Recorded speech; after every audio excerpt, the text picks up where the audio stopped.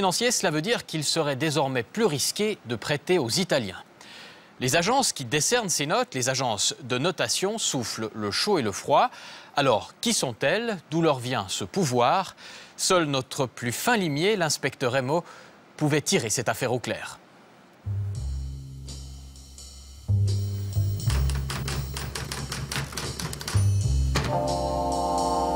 La tempête qui nous touche est celle de la zone euro, avec aujourd'hui même ce rebondissement spectaculaire. L'Italie est déclassée. Valérie Dupont, Gaspard Cré. Nouveau coup dur pour la zone euro. L'Italie dégradée par Standard & Poor's. Qui sera le suivant? L'Espagne, le Portugal? La Grèce est toujours au plus mal. L'économie mondiale est à l'agonie. La crise fait rage. Cette fois, je vais les coincer et je vais trouver des coupables. J'ai bien quelques indices au premier rang des suspects des agences que l'on appelle les trois sœurs. Standard & Poor's, Moody's, Fitch Ratings. Moody's, en 1909, s'occupait de titres de chemin de fer. Aujourd'hui, Moody's et ses sœurs dégradent les États. Ces trois agences sont partout, elles donnent des A, des B, des C et paniquent les marchés et la planète. Qui peut m'aider? Parmi mes indicateurs, une femme qui vit dans le milieu, qui en connaît un rayon, en plus elle me doit un service. Allô? C'est le détective Emo, ça concerne les marchés. J'aimerais venir vous voir pour parler. Merci.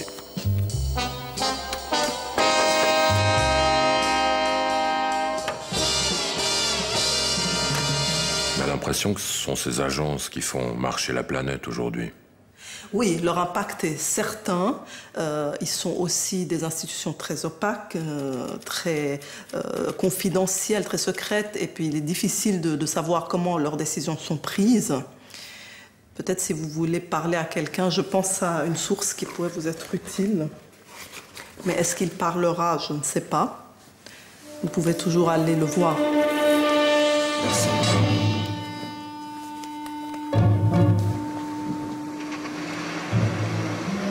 Ce contact m'amène à Paris, dans le sein des saints de la finance. Les agences m'ont fermé leurs portes, personne n'a voulu parler. Reste cet ancien directeur de Standard & Poor's pour l'Europe, une pointure. Vous êtes monsieur François Weverka, vous avez travaillé longtemps dans les agences? Oui, 16 ans. Faut qu'on parle. Ce silence nourrit le fantasme. On a l'impression que ce sont des gens cachés qui décident de choses importantes en secret. Oui, alors, les agences, elles évaluent le risque des emprunteurs. Donc, finalement, elles font pour les marchés ce que font, par exemple, des banques lorsqu'elles prêtent. Donc, elles ont des comités. Dans les banques, on appelle ça des comités de crédit. Dans les agences, on appelle ça des comités de notation. Des analystes étudient la situation de l'émetteur, donnent leur opinion et il y a un comité qui décide. Ces agences sont payées par ceux qu'elles notent. C'est pas un problème. Oui, c'est vrai. Et c'est un modèle qui leur permet d'avoir des ressources importantes et ceci entraîne par nature une suspicion sur leur indépendance. Alors, il faut bien se remémorer qui décide. Ces agences sont payées par ceux qu'elles notent. C'est pas un problème. Oui, c'est vrai. Et c'est un modèle qui leur permet d'avoir des ressources importantes et ceci entraîne par nature une suspicion sur leur indépendance. Alors, il faut bien se remémorer que les agences vendent des opinions et ces opinions n'ont de sens que si elles sont crédibles. Si les agences donnent des notes de complaisance, au bout d'un certain temps et assez rapidement, elles perdront toute crédibilité. Plus personne n'échappe aux agences. Plus personne n'échappe au marché, me semble-t-il. C'est sans doute une des raisons du rôle très important, même considérable, que les agences de notation ont pris dans le financement de l'économie. Au revoir.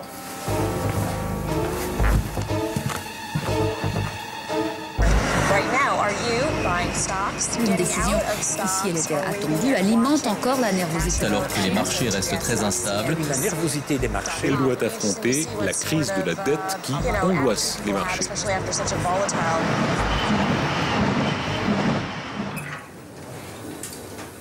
Qui sont ces marchés qui s'affolent, qui dépriment, qui sont euphoriques et qui réagissent à chaque soubresaut des agences? S'il vous plaît, inspecteur.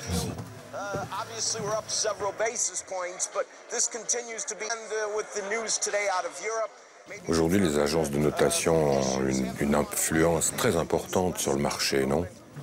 Les agences de notation, ils ont une importance certaine. C'est pas seul. Donc on a beaucoup d'autres influences sur le marché, mais quand on a des annonces comme c'était fait il y a 2-3 semaines sur les États-Unis, ça a des influences très fortes, effectivement. Et aujourd'hui, c'est les États qui font les turbulences dans le marché. Nous, on a l'habitude, effectivement, de vivre ça 365 jours quelque part. Mais le monde entier, il regarde moins le marché tous les jours. Donc, dans ces marchés, c'est plus agité. Il y a beaucoup de personnes qui prennent peur. Il faut voir, il y avait quelques jours de panique quand on voyait qu'il y avait des 10% de mouvements dans une journée. C'est quand même exceptionnel. Et les marchés dictent les politiques. L'Europe a peur. C'est à Bruxelles que ça se passe. Il paraîtrait même qu'il se cache un contre-pouvoir à celui des quelques 700 lobbyistes de la finance. Finance Watch est une ONG indépendante, sorte de pourfendeur du système.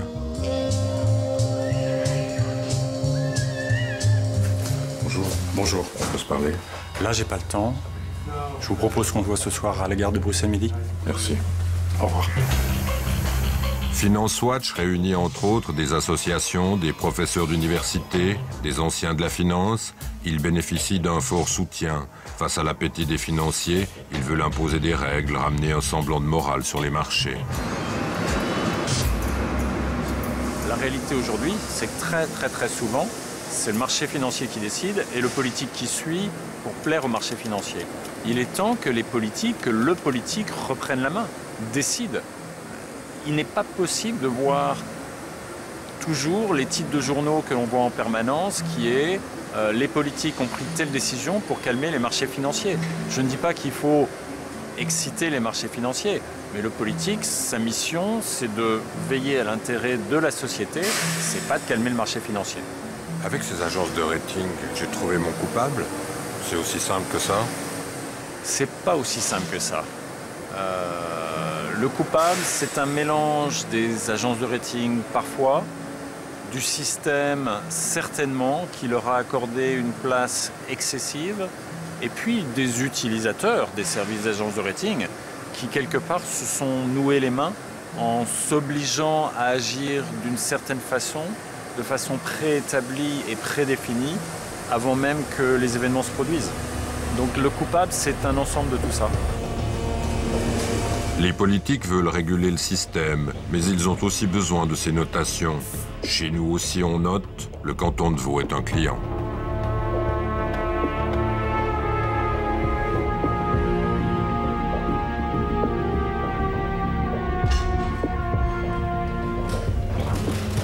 Pourquoi le canton de Vaud a eu besoin d'être noté?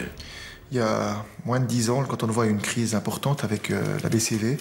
Il a fallu lever 2 milliards de fonds publics pour pouvoir financer la banque. Et il fallait une comparaison intercantonale, internationale, pour pouvoir justement avoir le meilleur taux et montrer qu'on allait faire face à nos responsabilités. Quelle est la note du canton de Vaud? On a passé de A stable, même niveau que la Grèce en 2003, et aujourd'hui on est AA positif, ce qui veut dire que la prochaine étape c'est le AAA. Ces agences font-elles un travail véritablement sérieux? Une agence, elle est là pour donner une indication. C'est comme un médecin qui vous prescrit des remèdes. Ensuite, c'est à vous de les prendre ou pas. L'agence donne une note. Si la note ne vous plaît pas, puis vous cassez le thermomètre, ça va pas. C'est pas crédible. Je crois qu'il faut accepter la note, puis après l'améliorer.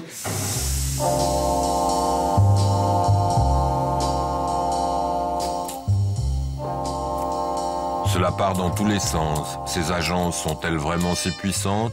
Sont-elles coupables ou accomplissent-elles honnêtement leur mission? Quelle est l'influence des spéculateurs, du shadow banking, cette finance de l'ombre? Mon indique ne m'a sûrement pas tout dit. Je vais la réactiver. Les agences sont omniprésentes, mais est-ce qu'elles font encore la loi? Oui, alors on pourrait croire que les agences de notation sont celles vraiment qui dictent le ton sur les marchés financiers, que leurs notes déterminent vraiment la valeur de la bourse. Mais en réalité, depuis quelques années, peut-être depuis 2008, c'est les spéculateurs qui sont un peu l'élite de la finance, qui décident d'abord de s'attaquer à la dette d'un État. Par exemple, dans le cas de la Grèce, un groupe de fonds spéculatifs ont décidé de vendre cette dette de manière concertée et massive. Et donc, ils ont quelque part attaqué à la baisse les obligations de la Grèce. Et puis, au fil du temps, les agences de notation qui avaient dit, qui avaient averti que la qualité de cette dette était un petit peu à risque, elles ont suivi quelque part les spéculateurs en rétrogradant successivement cette dette jusqu'au statut d'obligation de pacotille. C'est grave ce que vous dites. Oui, je trouve qu'il est très dangereux pour les petits pays de la périphérie de l'Europe d'être vulnérables aux spéculateurs sans qu'il y ait aucune réglementation qui puisse limiter ça, d'autant que c'est des taux totalement arbitraires et subjectifs qui peuvent mettre en faillite un État. Donc un petit groupe de spéculateurs peut mettre en faillite un petit État européen. J'ai l'impression de me retrouver dans un vieux roman d'espionnage avec des conspirateurs qui agissent dans l'ombre, cachés. Vous savez, la guerre financière est aujourd'hui la guerre mondiale, la troisième guerre mondiale est pour moi financière, tout à fait. Les outils spéculatifs peuvent créer et défaire des nations aujourd'hui. Ce sont les outils les plus puissants, de loin, plus puissants que les outils militaires. Et les comprendre et les connaître est absolument indispensable aujourd'hui. Plus personne n'échappe au marché. De la dette qui angoisse. Il est temps que les politiques reprennent la main. Inspecteur, ça va?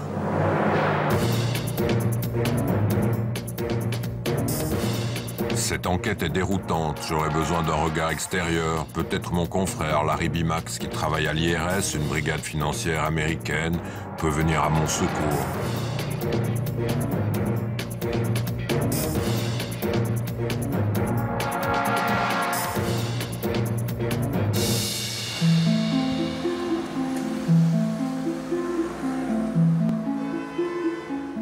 Trois agences de notation qu'on appelle les Trois Sœurs. Même un scénariste inventif n'y aurait pas pensé. Oui, c'est vrai que... C'est vrai qu'il y a une part de folie là-dedans, mais je crois que cette folie, on la retrouve un peu à tous les niveaux dans les mondes financiers. Ce sont des mondes qui tournent entre eux et il y a des gens qui sont payés par d'autres qui ont besoin de ces informations. Il y a des collusions, il y a des conflits d'intérêts tout le temps. Le pire n'est jamais loin avec l'argent.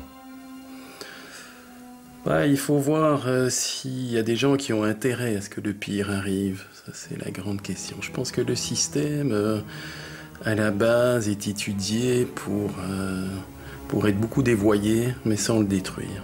C'est dangereux d'enquêter là-dessus. J'ai un peu peur. Sûrement dangereux, certainement. C'est pour ça que je crois qu'on a besoin de gens absolument incorruptibles, destinés à décider à faire toute la lumière sur ces histoires-là. Je ne sais pas s'il y en a tant que ça.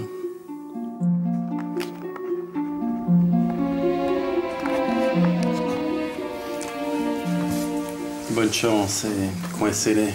Merci.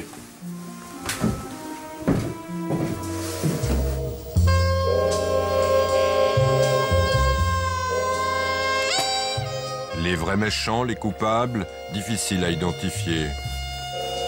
Cette enquête ne fait de loin pas toute la lumière. Si cela avait été le cas, je ne serais sans doute plus là pour vous la raconter.